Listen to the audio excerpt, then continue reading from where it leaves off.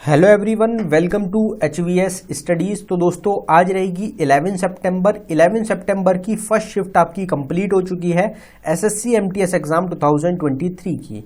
तो आज की फर्स्ट शिफ्ट में आपके जो भी क्वेश्चन पूछे गए हैं, आज हम उन सभी क्वेश्चन को फुल डिटेल में कवर करेंगे।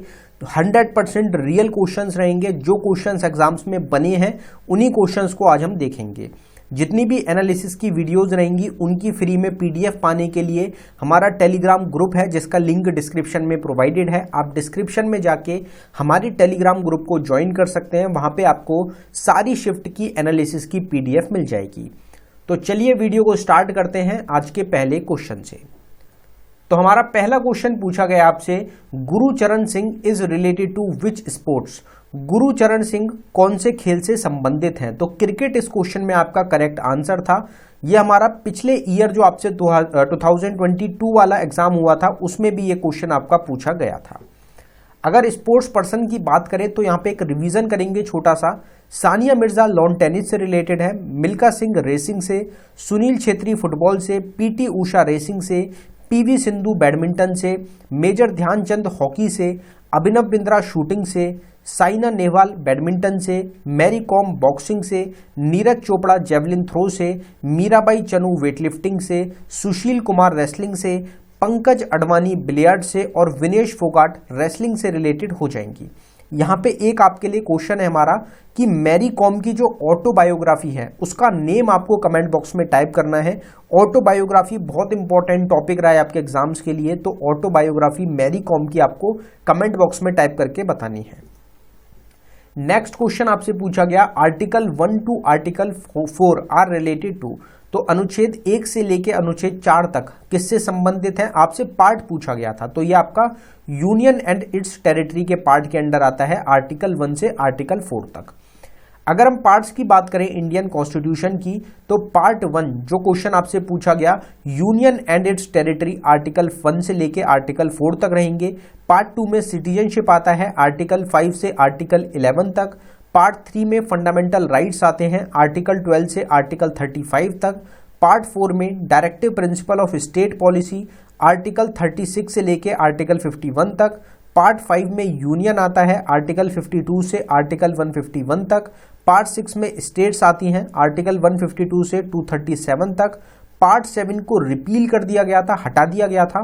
पार्ट 8 में यूनियन टेरिटरीज आती हैं 239 आर्टिकल से 242 तक। पार्ट 9 में पंचायत आता है 243 से 243O तक।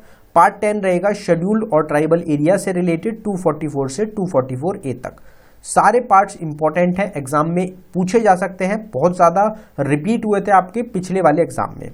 टोटल अगर हम पार्ट्स की बात करें इंडियन कॉन्स्टिट्यूशन में, तो प्रेजेंट टाइम में टोटल 25 पार्ट्स रहेंगे इंडियन कॉन्स्टिट्यूशन के। और स्टार्टिंग में जब हमारा कॉन्स्टिट्यूशन बना था उस टाइम पे टोटल 22 पार्ट्स थे, ये भी आपको ध्यान रखना है। अब नेक्स्ट क्वेश्चन पे बढ़ने से पहले हम आपको बताना चाहते हैं कि सिर्फ 79 रुपीज में आपको लास्ट 8 मंथ के करंट अफेयर के क्वेश्चंस प्रोवाइड कराए जा रहे हैं। टोटल आपको 2000 प्लस क्वेश्चंस मिलने वाले हैं और सभी क्वेश्चंस फुल एक्स्ट्रा इंफॉर्मेशन के साथ मिलेंगे आपको, जो एग्जाम्स के लिए इन क्वेश्चंस को और ज्यादा इंपॉर्टेंट बना देता है। हर शिफ्ट में 4 से 5 क्वेश्चंस आपको करंट अफेयर के मिल रहे हैं, वो सब आपको इस ई बुक में कवर कराए गए हैं, क्योंकि 2023 का पूरा करंट अफेयर आपको इसमें मिल रहा है।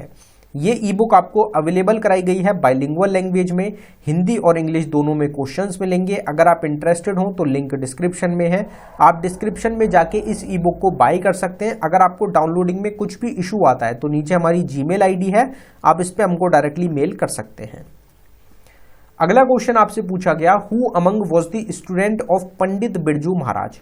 पंडित बिरजू महाराज के शिष्य आपसे पूछे गए थे, उसमें आपको शोभना नारायण ऑप्शन में मिली थी और ये आपका इस क्वेश्चन का करेक्ट आंसर हो जाएगा। आप सबको पता है कि पंडित बिरजू महाराज कथक से रिलेटेड थे, तो इनका जो स्टूडेंट होगा वो भी आपका कथक से रिलेटेड हो जाएगा। तो शोभना नारायण भी कथक से रिलेटेड है और पंडित बिरजू महाराज की स्टूडेंट रहेंगी।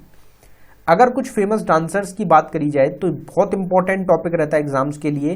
रुक्मिणी देवी अरुणदुले भरतनाट्यम से हैं, पंडित बिरजू महाराज कथक से, केलुचरण महापात्रा उड़ीसी से, गुरु बिपिन सिंह मणिपुरी से, वेम्पति चिन्ना सत्यम कुचिपुड़ी से, पद्म सुब्रमण्यम भरतनाट्यम से, मृणालिनी साराभाई कथकली और भरतनाट्यम से रहेंगी। शोभना नारायण जो हमारा क्वेश्चन हो जाएगा ये कथक से रिलेटेड है।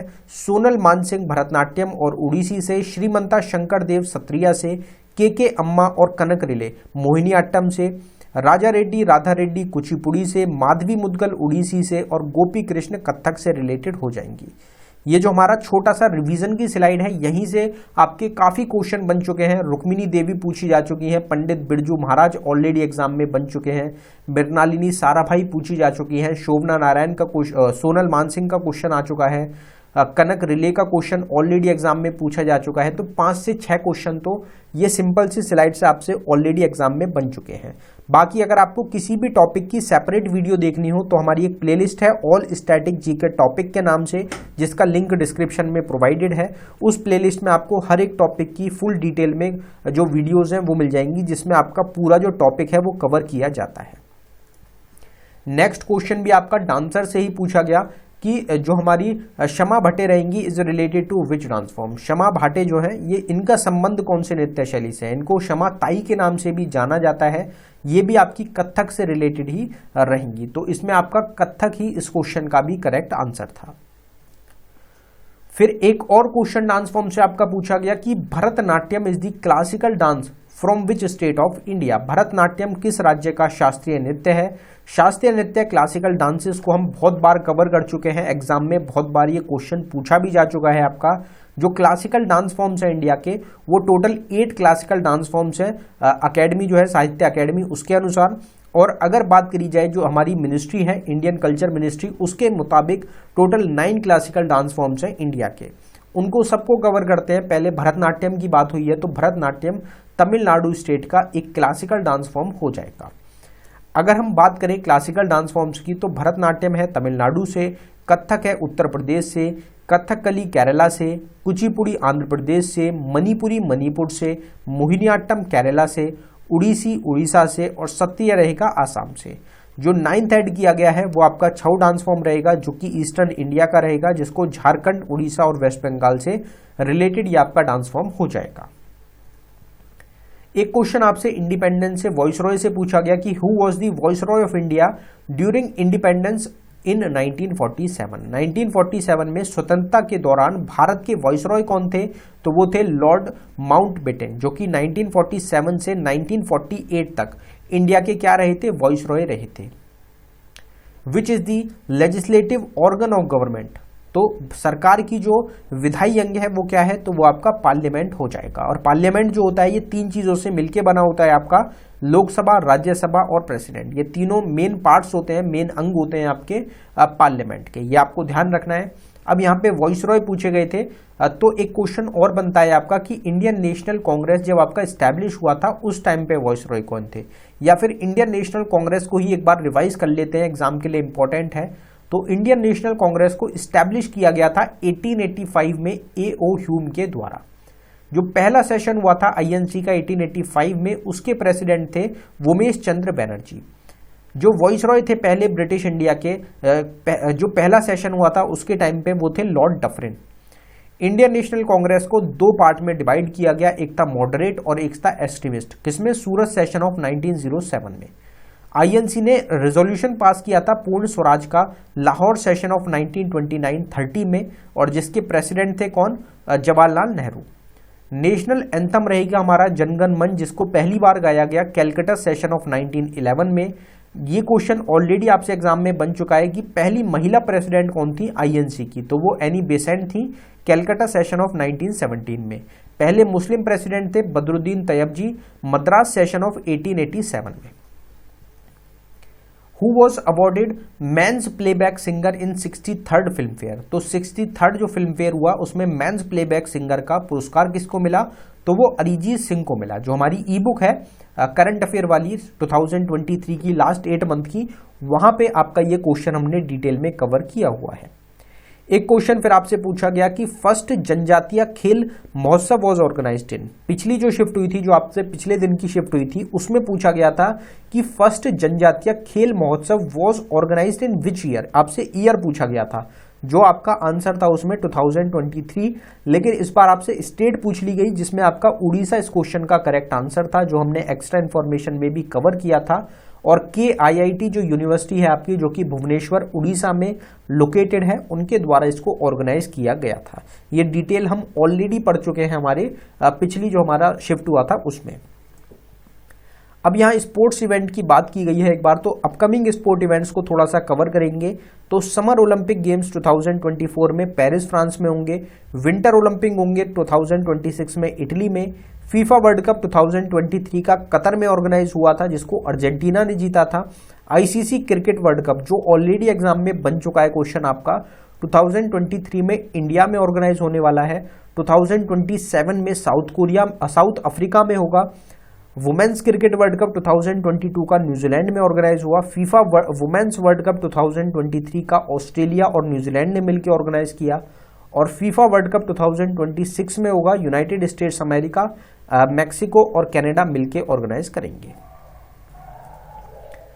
नेक्स्ट क्वेश्चन भी आपका हमारी जो ई बुक है करंट अफेयर वाली, वहीं से पूछा गया कि एशियन बैडमिंटनशिप 2023 वाज ऑर्गेनाइज्ड इन। तो एशियन बैडमिंटन चैंपियनशिप 2023 का आयोजन कहां पे हुआ था? तो ये आपका दुबई यूनाइटेड अरब एमिरेट्स में ऑर्गेनाइज किया गया था। ये क्वेश्चन भी हमने फुल डिटेल में कवर किया हुआ है हमारी करंट अफेयर वाली ई बुक में। अब यहाँ पे स्पोर्ट्स की बात करी गई है 2022-23 की, एक बार देखेंगे तो रणजी ट्रॉफी 2022-23 को सौराष्ट्र के द्वारा जीता गया, जिसको इंडिया की एक नेशनल टूर्नामेंट रहेगा। इसमें बंगाल रनर अप रहा, प्लेयर ऑफ द सीरीज अर्पित वसावत रहे, और पिछला टाइटल मध्य प्रदेश ने जीता था। फीफा अभी हमने कवर किया, अर्जेंटीना के द्वारा जीता गया, जिसको कतर ने होस्ट किया था। 2026 का कनाडा, USA और मैक्सिको मिलकर ऑर्गेनाइज कर रहे हैं। FIH वर्ल्ड कप हुआ जिसको जर्मनी ने जीता, भुवनेश्वर और रुड़कीला जो जगह है उड़ीसा में, वहां पे होस्ट किया गया। बेल्जियम इसमें रनर अप रहा। 2026 में बेल्जियम और नीदरलैंड मिलकर होस्ट करेंगे। ICC women's T20 world cup हुआ जिसको ऑस्ट्रेलिया ने जीता, इसको साउथ अफ्रीका ने होस्ट किया था, और 2024 में बांग्लादेश में ऑर्गेनाइज होगा। 5th खेलो इंडिया यूथ गेम्स 2023 में हुए भोपाल मध्य प्रदेश में, जिसको महाराष्ट्र ने जीत लिया था, और इसमें रनर अप रहा था हरियाणा। अगला क्वेश्चन आपसे, ये भी रिपीटेड क्वेश्चन है, पहले पूछा जा चुका है। Who regulates the micro finance institute? तो जो हमारा माइक्रो फाइनेंस इंस्टीट्यूशन है, इसको रिजर्व बैंक ऑफ इंडिया के द्वारा, RBI के द्वारा रेगुलेट किया जाता है। RBI को 1935 में स्टैब्लिश किया गया, और RBI का हेडक्वार्टर कहाँ पे लोकेटेड है? तो वो मुंबई महाराष्ट्र में लोकेटेड रहेगा। रिजर्व बैंक ऑफ इंडिया को नेशनलाइज कब किया गया था? जो एग्जाम्स के लिए बहुत इंपॉर्टेंट क्वेश्चन है, तो 1949 में नेशनलाइज हुआ था reserve bank of India. Next question पूछा गया कि which site of Indus valley civilization is in Pakistan? Sindhu घाटी सभ्यता का कौन सा स्थान, आपका स्थल जो है वो पाकिस्तान में है? तो बिल्कुल बेसिक क्वेश्चन है, आप सबको पता है कि हड़प्पन जो हमारी साइट है वो कहाँ पे लोकेटेड है? इंडस वैली सिविलाइजेशन की पाकिस्तान में। अगर हम इंडस वैली सिविलाइजेशन की बात करें तो हड़प्पा सिविलाइजेशन को डिस्कवर किया गया था दयाराम साहनी के द्वारा, मोहनजोदारो सिविलाइजेशन को रखलदास बैनर्जी के द्वारा। हड़प्पा कौन सी रिवर के अराउंड सिचुएटेड है? तो रावी रिवर के अराउंड सिचुएटेड रहेगा। इंडस की एक ट्रिब्यूटरी रहेगी, और इंडस की जो 5 ट्रिब्यूटरीज जो पाकिस्तान में फ्लो करती हैं उसमें एक आपकी रावी रहेगी। इंडस की 5 ट्रिब्यूटरीज हैं जिनको पंचनाद के नाम से भी जाना जाता है। मोहनजोदाड़ो भी इंडस रिवर के अराउंड ही आपका सिचुएटेड रहेगा। एंशिएंट पोर्ट जो रहेगा इंडस सिविलाइजेशन का, उसका नाम रहेगा लोथल। पशुपति महादेव का सील मिलता है हड़प्पा सिविलाइजेशन में। डांसिंग गर्ल रहेगी देवसेना, जिसका फिगर इंडस वैली में बना हुआ है, वो मिला था आपका ब्रोंज का बना हुआ है।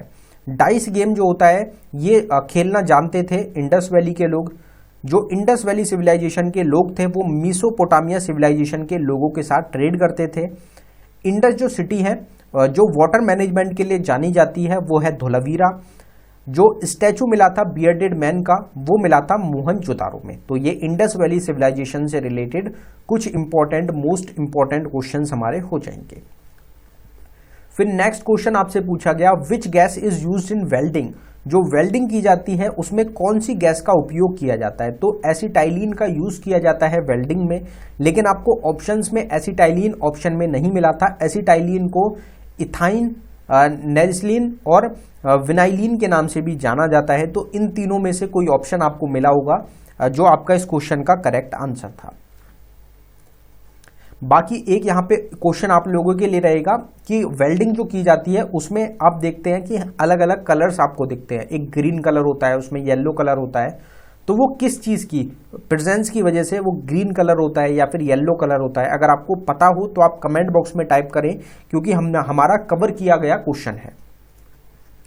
Who was the singer of Ae Mere Watan के लोगों। आप सबने सुना होगा गाना। भारत के जो लोग हैं जिनकी डेथ हो गई थी, जो इंडिया के आर्मी के मार्टियर्स रहेंगे, उनके लिए इस गाने को गाया गया था।